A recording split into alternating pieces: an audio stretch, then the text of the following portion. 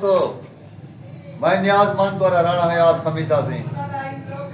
मेरा एक चाचा है वो खेते चूहा मांग पन्ना खेते मतलब हूँ एक 70-80 हज़ार रुपये खाट की दे में खुश थे आए घर एक नवी 0 मीटर मोटर जा की दिए सी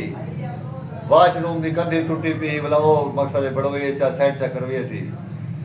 मकसद 40-50 हज़ार रुपये का काम करवाया सी 15-20 हज़ार बचे दे रहा हूँ कने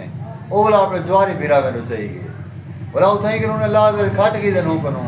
बोला घर वाला है बोला हूँ मोटर को ताड़ी बैठा मथा पकड़ी दे में मथा तले सटी बैठे सिर ताड़ी हूँ मोटर को बैठे अच्छा मां को डिलक देदा बैठा हूँ रौनक बोला हूँ डोया तेना मोटर को बुझे जी तेना के यकी बुराई ते दे छे जरा मेरा नुकसान तय करवा ते को ना घिनना